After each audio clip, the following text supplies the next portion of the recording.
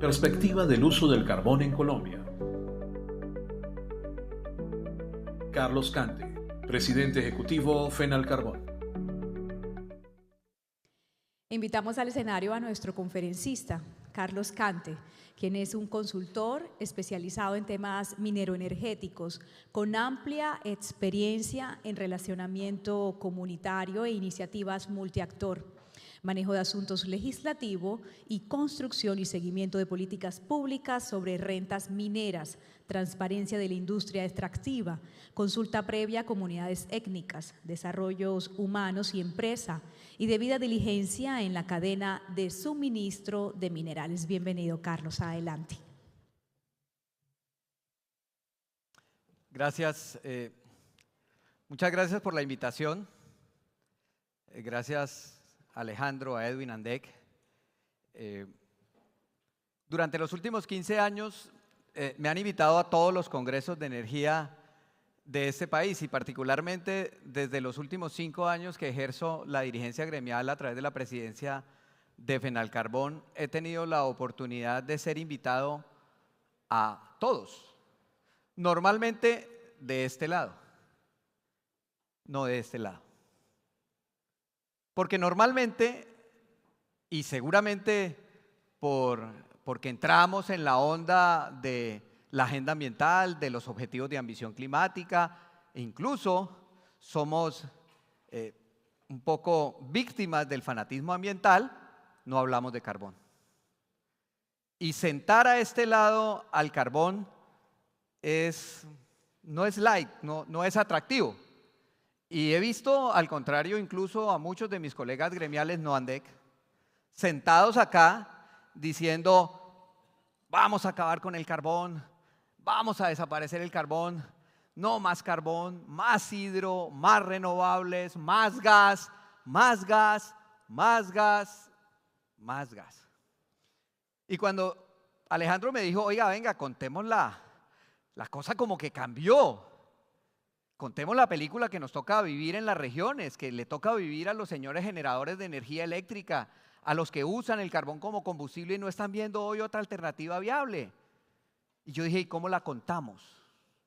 ¿Cómo contamos esa historia que sea diferente a la que normalmente estamos contando y a la que acaba de contar Laura en materia de tecnologías y a la que nos contó Camilo en Radar? Cuando yo veo la historia que cuenta Camilo en Radar, digo, esto cambió y esto tiene que cambiar, porque normalmente a lo que nosotros nos enfrentamos es a una situación que ya la dábamos por hecha, y es eso, ahí está el carbón, es negrito, feíto, contamina, usémoslo pero no lo digamos, y no somos capaces de enfrentarlo. Entonces yo dije, oiga, nos pasa lo que nos pasó en su momento, o que pasó en su momento y hoy está pasando mucho más con el tema de los migrantes en Estados Unidos, en una película que yo tuve que vivir su lanzamiento cuando estaba terminando mi maestría de políticas públicas en México, que precisamente mostraba esa realidad. Y decía, wow, ¿qué va a pasar en esa potencia que durante mucho tiempo ha tenido que enfrentar y lo han reflejado todas las películas de Hollywood? Temas de guerras, invasiones, tornados, dinosaurios, meteoritos. Y de pronto un día, en esa nación poderosa que sentía que lo tenía absolutamente todo, tuvieron que enfrentarse a algo que no habían imaginado, a la peor crisis de todas, que pasaba por todos los estados de la economía en Norteamérica. Y es precisamente, oiga, un día sin mexicanos, un día sin latinos. ¿Qué va a pasar en Estados Unidos el día? Y eso reflejó esa película del año 2004. ¿Qué va a pasar? Los gringos van a llorar, van a tener que lavar sus propios carros, van a tener que cocinar su propia comida, van a tener que incluso hacer su propia tecnología. ¿Qué van a hacer? Todo lo que hace lo damos por hecho. Ahí están los señores mexicanos, ahí están los migrantes y la economía funciona, ¿cierto? ¿Y qué va a pasar en Colombia si nosotros un día no tenemos carbón. Lo damos por hecho. Pero, ¿qué va a pasar? Ya pasó hace 2 semanas. Que se vive en los socavones de carbón se bloqueó en un escenario Cundinamarca, se bloqueó Boyacá y todos me empezaron a llamar y me decían, Carlos, ¿y qué va a pasar? Y no me llegan las mulas, y no está el carbón. ¿Y cuánto va a durar el bloqueo? ¿Y será que los pequeños mineros van a desbloquear mañana? ¿Y será que voy a alcanzar a tener patio suficiente, el inventario suficiente para aguantar el tiempo que están ustedes? Un día sin carbón, ¿lo han pensado? ¿Qué significa un día sin carbón para Colombia? Pues un día sin carbón en Colombia equivale a esos 30.97 gigabytes día, que es el consumo diario de Bogotá y todos los municipios de Cundinamarca. Que significa más de 3 millones de hogares en suministro eléctrico. Que significa los que vivimos en Bogotá, los 70 buses articulados que tiene el sistema sin operación. Y por supuesto una gran cantidad de pasajeros, 133.000 personas que no se van a poder mover ese día. Y de los 20.000 carros eléctricos que aparecen en el RUN, 4.000 no se van a poder conectar. Y 8.3 millones de toneladas de carbón que se clinkeriza en Colombia con el combustible esencial que es el carbón, no se van a poder producir. Vamos a tener que importar cemento. Y 13 millones de ladrillos que fabricamos al año con el combustible esencial que es el carbón, no van a estar, no van a funcionar. Y 2.240 viajes alrededor de la Tierra en una flota de autos eléctricos no se va a poder dar. Eso es un día sin carbón, pero también implica que cada peso de la economía del carbón tiene un multiplicador de 2.42 pesos en la economía a nivel general. Eso se pierde. Estamos hablando de que una transición energética como la que pretendemos, como la que se está viendo por medidas de política pública, ya no por el discurso, implica un impacto en la economía de 38 billones de pesos de un día para otro. 3 reformas tributarias. Una caída en la producción de carbones de 1.000 millones de pesos significa la pérdida de 5 empleos en la cadena, en el encadenamiento productivo total que genera la economía del carbón. Y por supuesto que estamos hablando de cerca de 70.000 empleos que se perderían. Y en ese escenario damos por hecho que tenemos el carbón. Alejandro hablaba esta mañana de, ahí tenemos las reservas, son más de 2.000 millones de toneladas en reservas que tenemos, pero 5.200 millones de toneladas en recursos. Tenemos carbón en todo el país, además en todas las regiones, digamos, tenemos posibilidad de centros de consumo industrial distribuido en los departamentos que tienen riqueza carbonífera importante, tenemos más de 1.015 títulos mineros, no tenemos que discutir, es que no han venido las empresas a hablar de la negociación, no tenemos que ir a hablar con este gobierno de la negociación de los títulos, porque los títulos empiezan a vencer en el 2035, luego vamos a hablar con los próximos 2 gobiernos de la renovación de esos títulos, es decir, tenemos las posibilidades de seguir aprovechando los carbones, tenemos los títulos mineros, tenemos las licencias ambientales en el país y tenemos un parque de generación térmica que ustedes conocen mejor que nosotros. Un parque de generación térmica que ha garantizado ese momento que todos pensamos que nunca va a llegar porque está lloviendo demasiado, porque estamos, le escuché a alguien esta mañana, estamos botando dinero, desembalsando agua de la cantidad de lluvias que ha habido.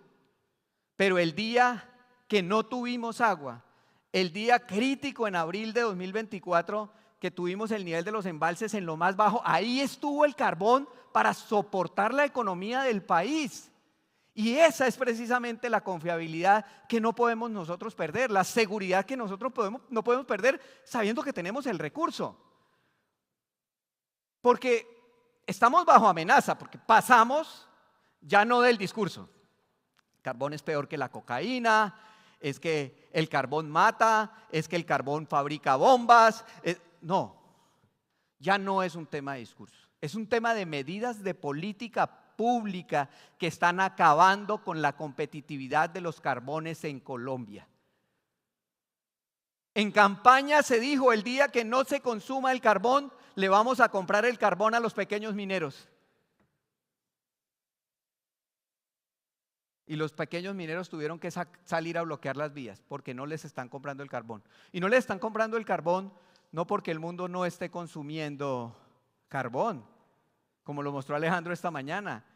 8.500 millones de toneladas, 8.772 millones de toneladas y este año 8.900 millones de toneladas. Pero competimos con recursos que tienen mejores posibilidades en materia de sustitutos en los mercados tanto nacionales como internacionales. Luego, si a usted le colocan una sobretasa de renta que hace que este sea el sector que más alta tarifa nominal tiene de todos los sectores económicos de la economía, pero además de eso le colocan un impuesto a las ventas supremamente antitécnico, que no es el 1% para el pequeño minero, sino que termina siendo el 2%, porque cuando usted lo va a exportar tiene que pagar en todas las ventas, en la venta inicial al comercializador y en la venta final del exportador. Luego, un impuesto del 2% cuando los precios vienen en caída. Esta es una industria de ciclos. Y esos ciclos normalmente se enfrentan. Lo han enfrentado los pequeños mineros, lo ha enfrentado la gran minería. Somos tomadores de precios. Luego, si el margen es cada vez más escaso, si nosotros tenemos que mover carbones a mayores distancias, pues tenemos que asumir los mayores costos. Y el escaso margen que deja la rentabilidad de los bajos precios se lo está consumiendo el Estado en $1, en $2 con impuestos antitécnicos. Y si además de eso le triplican la tarifa de anticipo de renta que usted tiene que pagar exactamente en el mes siguiente que factura, del 1.6 al 4.5 que ha generado solicitud de devolución, es decir, renta pagada en exceso por efecto de los anticipos en el año 2024 por $1 billón que le sacan del bolsillo a la pequeña, a la mediana y a la gran minería y se lo llevan a las arcas del Estado para devolverlo cuando lo devuelven después de 18 meses. Y con el incremento al 4.5 estamos hablando de devoluciones de $2 billones que nos quieren sacar del bolsillo para financiar los gastos excesivos del gobierno nacional. Luego, así ningún negocio va a prosperar.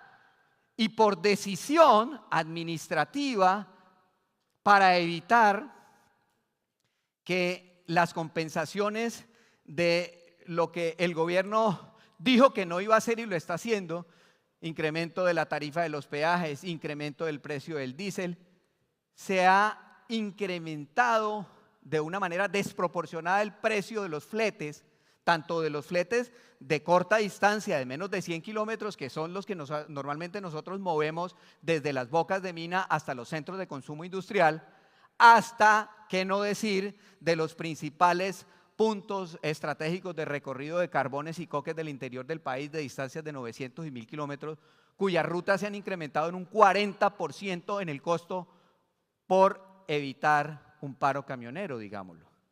Por evitar que el país lo paren los camioneros. Hoy asumimos costos en un incremento superior al 40% en algunas de las principales rutas. Entonces, así, ¿quién es competitivo?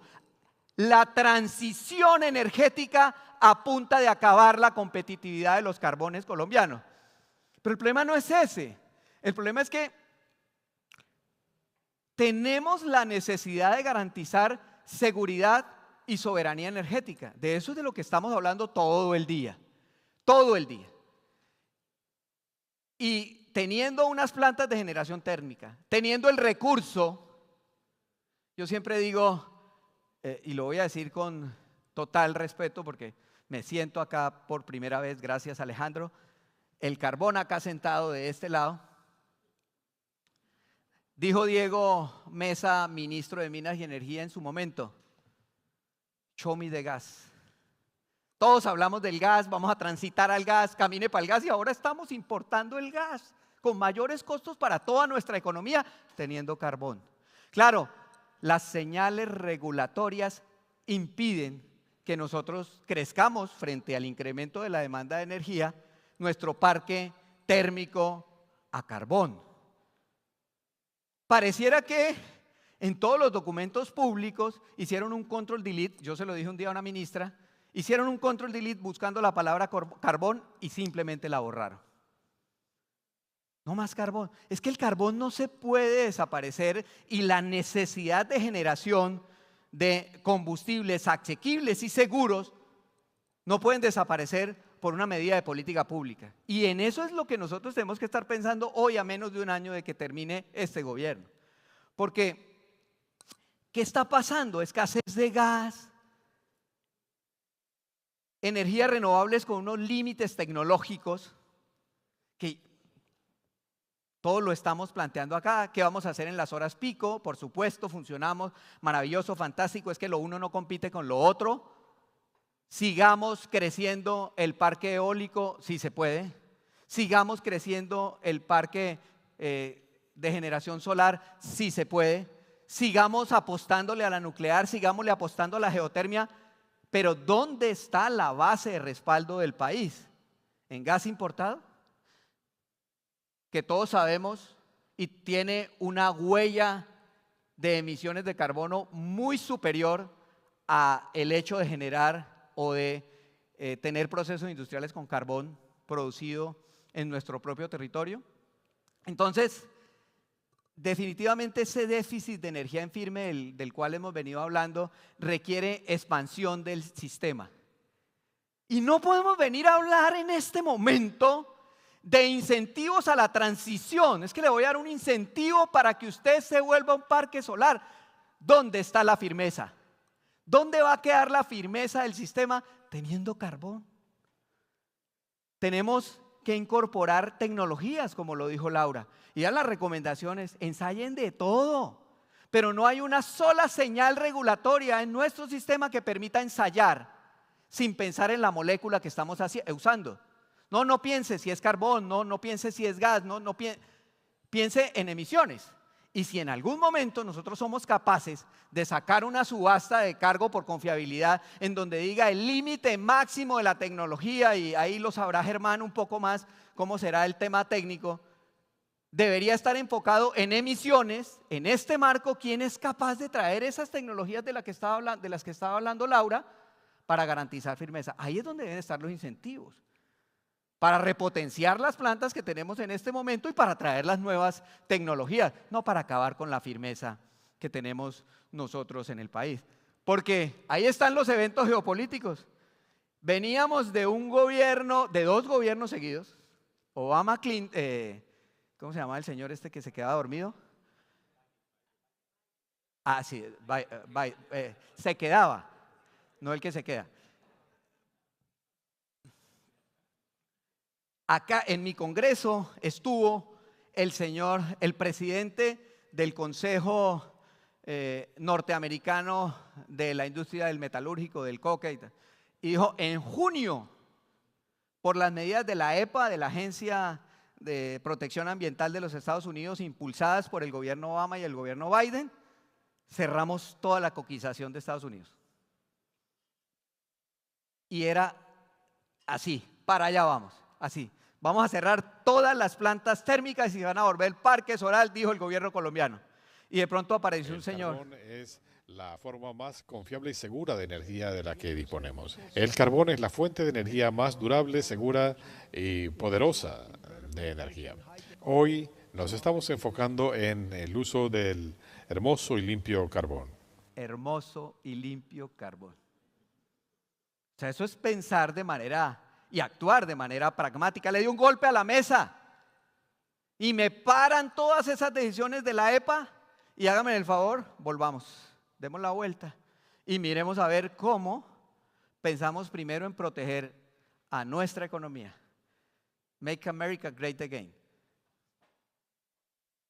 La conferencia inaugural de mi congreso va a ser Make Coal Great Again. La va a dictar la presidenta de la Asociación Norteamericana del Carbón. Necesitamos señales de política pública que incentiven el uso de las tecnologías. No hemos podido hacer entender a los hacedores de política pública, y ojalá desde el Congreso logremos nosotros ya en un próximo gobierno entender que el mundo se ha movido a través de toda la historia de la humanidad, solucionando sus problemas de todo tipo con los avances tecnológicos. Y la tecnología sigue avanzando y nosotros estamos en la obligación de incorporarla, por lo menos dentro de nuestros instrumentos regulatorios. Démonos la oportunidad de incluirlo dentro de nuestros instrumentos regulatorios y ensayemos, como dijo Laura, hagamos casos de negocio.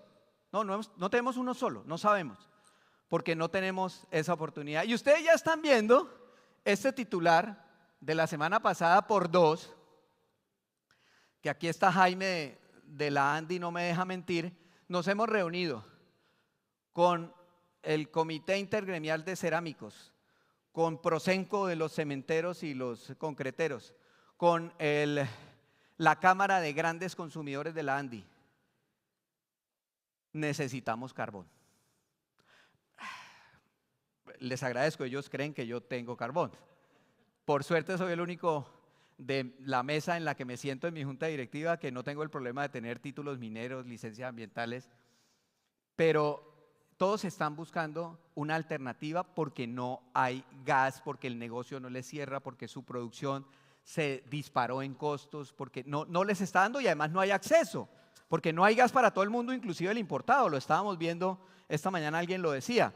Entonces, se viene además en estas restricciones que las medidas que atacan la competitividad del carbón y que principalmente están afectando a la pequeña minería, se viene una mayor competencia por los carbones, precisamente frente a esto que está sucediendo. Entonces ahí nosotros tenemos unos retos presentes y futuros.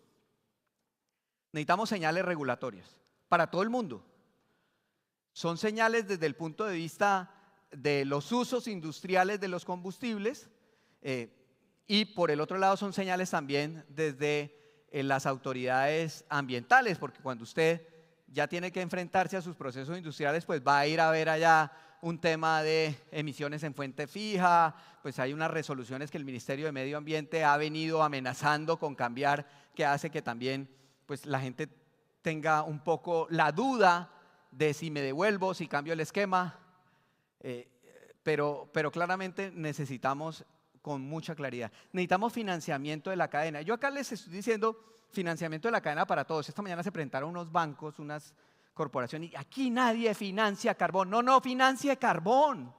No financie la transformación tecnológica e industrial de un país como Colombia. Y para eso necesitamos carbón. Pero lo que tiene que usted estar pensando es que está con ello financiando sostenibilidad, transformación tecnológica, seguridad y firmeza y por supuesto crecimiento económico para que todos podamos pagar a esas enormes tasas a las cuales nos están financiando las entidades financieras.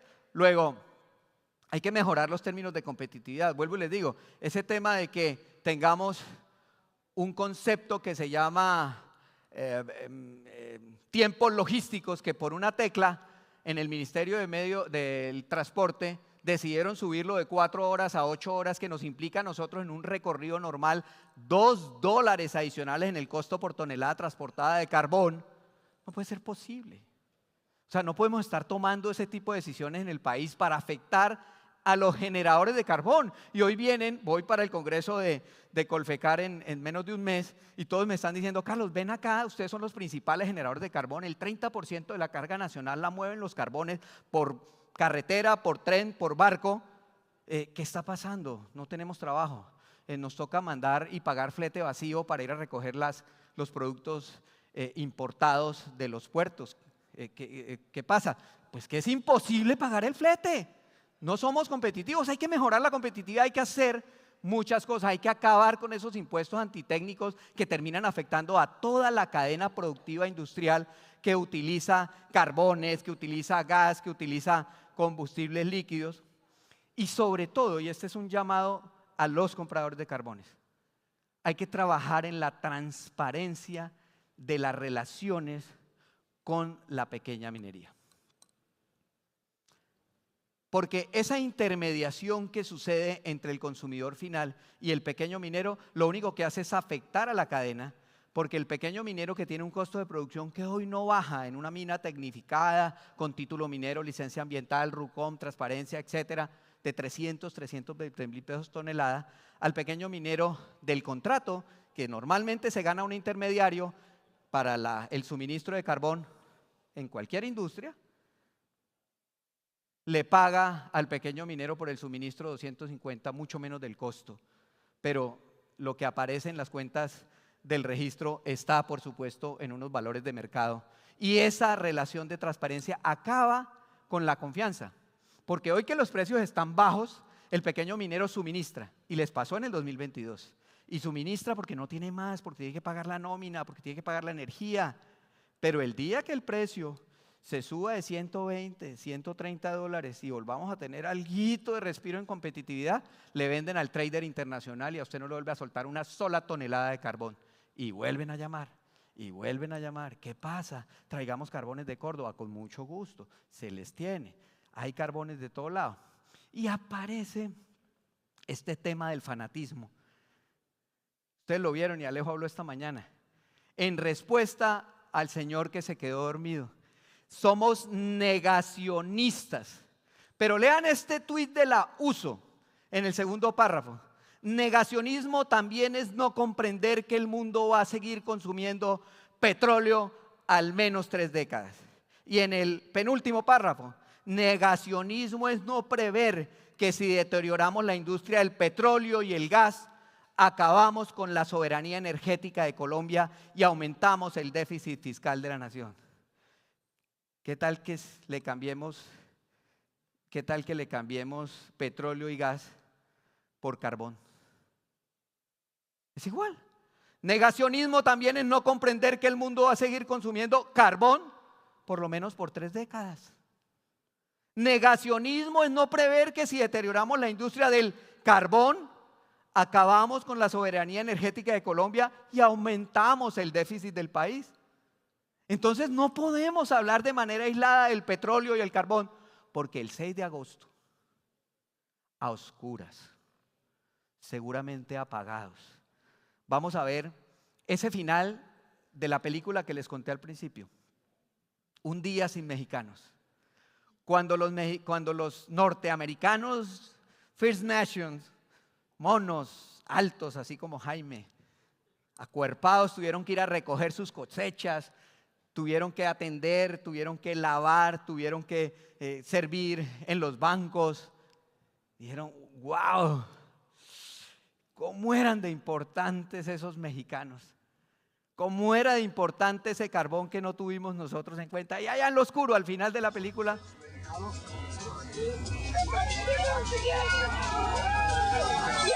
así los voy a ver. Carlos, ¿tienes carbón? Sí. Bien, bienvenidos. Carbón hay. Trabajemos todos en ello. Muchas gracias.